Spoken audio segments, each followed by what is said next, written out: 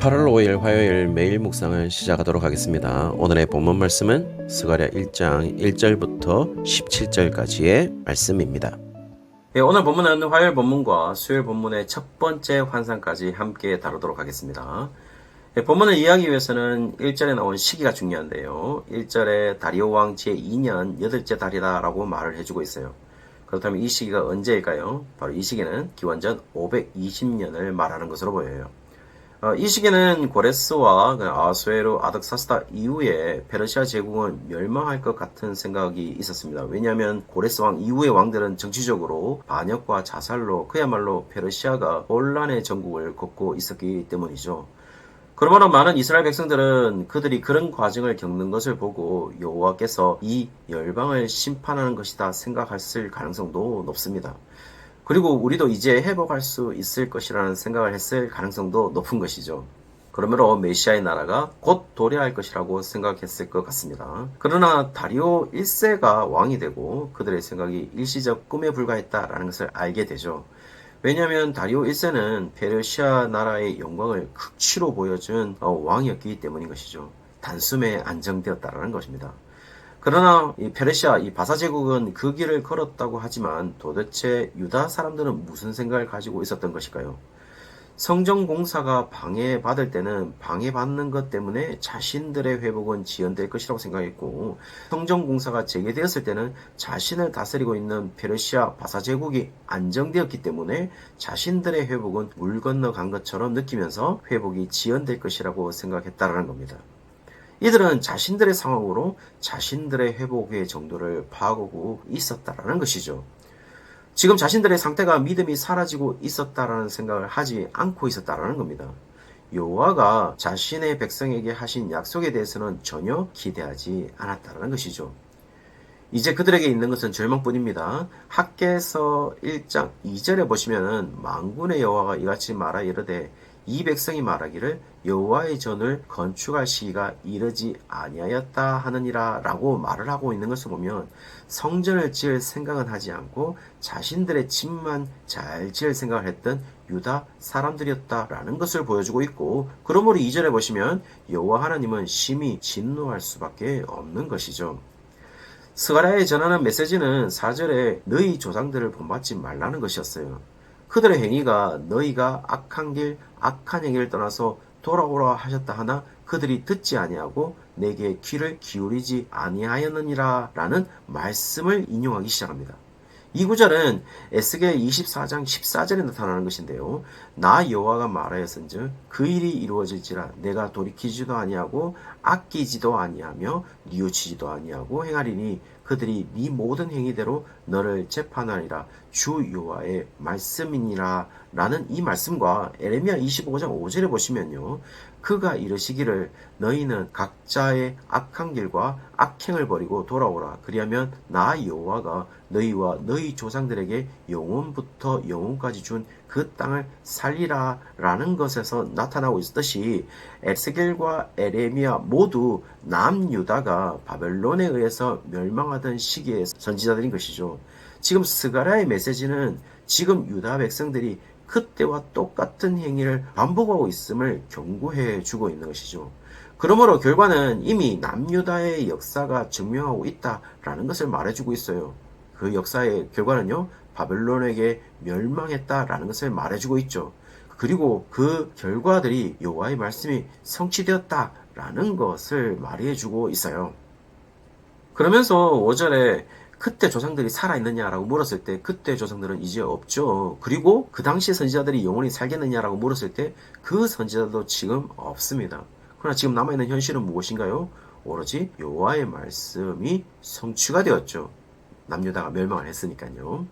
그러므로 지금 스가랴는 6절에서 과거의 역사가 우리에게 너무나도 잘 알려주고 있기 때문에 지금 너희들이 들어야 되는 것은 바로 스가랴에 임한 여호와의 말씀이라는 사실을 말하고 싶은 것이죠. 그러므로 과거 역사를 반복을 끊어버리기 위해서는 오로지 한 가지 방법밖에 없다는 겁니다. 그것은 3절에 바로 너희는 내게 돌아오라 라는 말씀을 듣는 길뿐인 것이죠. 그래서 그 길의 첫 번째 발걸음이 성전을 재건하는 것인데요. 그 성전은 외적인 것에 있는 것이 아니라 바로 내적인 것이고 기본을 회복하는 것임을 우리에게 알려주고 있죠. 그 기본의 회복의 첫걸음이 바로 회개라는 것을 말해주고 있고 자신의 잘못을 지적하고 돌이키는 것임을 보여주고 있습니다. 다시 말씀드리면 이런 거죠. 이 회개라는 뜻이 운다라는 뜻인데요. 후회한다는 뜻인데요.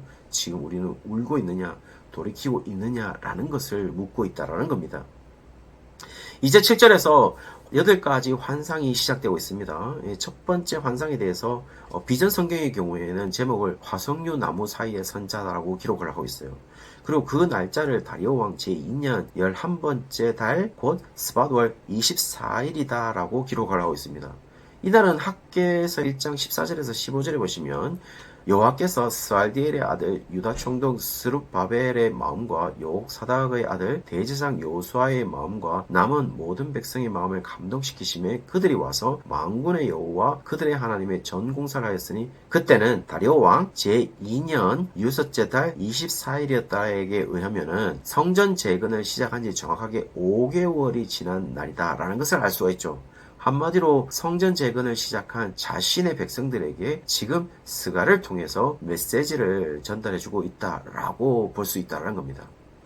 첫 번째 환상을 살펴보면요. 먼저 화석류 나무 사이에 서 있는 빨간 말을 탄 한 사람이 나오고 그 뒤에 여러 말이 서 있고 그 말을 탄 사람은 11절에 여호와께서 보내신 천사라고 이야기를 해주고 있어요. 그리고 그 뒤에 여러 말은 붉은 말과 자줏빛 말과 백마가 있었고 원문에는 말들이라고 했기 때문에 정확하게 몇 마리의 붉은 말과 자줏빛 말과 백마가 있었는지 그래서 총 몇 마리가 있었는지는 알 수는 없습니다.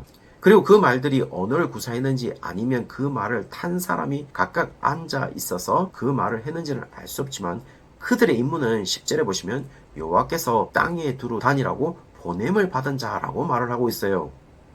그리고 그들이 화석류 나무 사이에 서 있는 빨간 말을 탄 한 사람에게 보고를 했는데요. 11절에 우리가 땅에 두루 다녀보니 온 땅이 평안하고 조용하더이다 라고 보고를 했어요. 이 보고에 완전히 천사는 실망을 했고 예루살렘과 유다의 성읍은 폐허로 남아 있어서 천지개벽하는 것이 있어서 완전히 예루살렘과 유다가 회복하는 무언가가 일어나야 하는 것인데 전혀 일어나지 않고 조용한 것에 언제까지 그냥 자신의 백성을 버린 듯이 내버려 둘 것인지에 실망하게 되는 것이죠.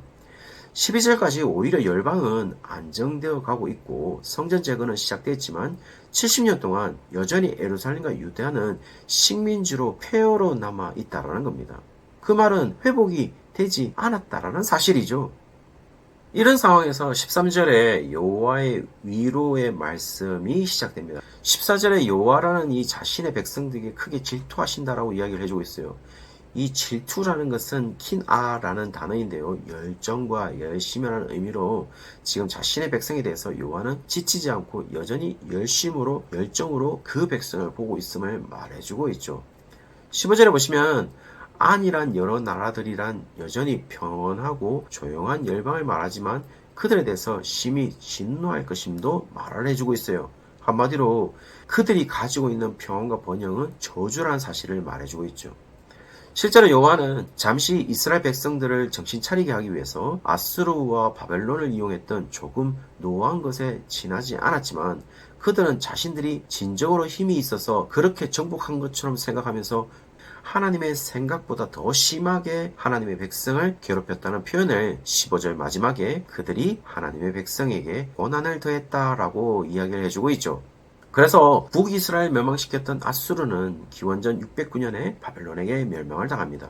그리고 바벨론은요 기원전 586년에 페르시아에게 멸망을 당하죠. 그러자 이스라엘 백성들의 예루살렘 귀환과 성전 재건이 일어남을 16절에 말을 해주고 있어요. 16절 하반절에 보시면요 예루살렘 위에 먹줄이 쳐진다라는 것을 보면 이 먹줄이라고 하는 것은 카베라는 히브리 단어인데요. 이 카베가 쳐진다는 것은 청량줄이 쳐진다라는 것을 의미하고 있고 청량줄이 쳐진다는 것은 도시 건설을 위해서 치는 것이기 때문에 회복을 말해주고 있는 것이죠. 그렇다면 하나님께서 우리의 인생도 먹줄을 치시면서 간섭하고 있지 않을까요? 그것도 정확하게 재어가면서 정말 세밀하게 인도하시지 않을까요? 그냥 막 눈대중으로 인도하시는 것이 아니라 정말 세밀하게 지어서 정확하게 인도하실 것임을 이야기해주고 있죠. 17절에 다시 풍부할 것이다 라고 말하면서 발전할 것도 말해주고 있어요. 그리고 시온과 예루살렘에 위로가 임할 것이다 라는 것을 말해주면서 다시 히브리 단어로는 오드라는 말을 사용해서 이 다시라는 단어를 4번 반복하면서 반드시 자신의 백성을 회복할 것임을 얘기해주고 있죠. 지금의 상황은요, 회복이 멀어 보이고 열방은 안정화와 번영을 계속하고 있어서 자신들의 상태가 좌절할 수밖에 없는 상황이지만, 지금 스가랴는 자신들의 백성들에게 말을 하고 있는 것은 소망이 있다 라는 사실을 말을 해주고 있어요. 그래서 좌절된 현실과 소망의 미래가 충돌하고 있는 이 현실에서 스가랴는 좌절된 현실을 볼 것인가 아니면 소망의 미래를 볼 것인가 라는 문제를 자신들의 백성에게 묻고 있다고 볼 수 있겠죠. 우리가 잊지 말아야 되는 것은 여전히 좌절된 현실 속에서도 하나님은 자신의 열심으로 자신의 백성을 보고 있으며 다시 반드시 회복하게 될 것임을 말해주고 있는 것이죠. 그 회복은 무엇일까요? 그것은 여전히 하나님은 자신의 백성과 관계를 끊지 않으시고 그 관계를 열심으로 지키고 있다는 사실인 것이죠. 그것이 우리의 회복이 아닐까요? 그런 하나님의 열심을 경험하는 오늘 하루가 되시기를 주의 이름으로 축원합니다.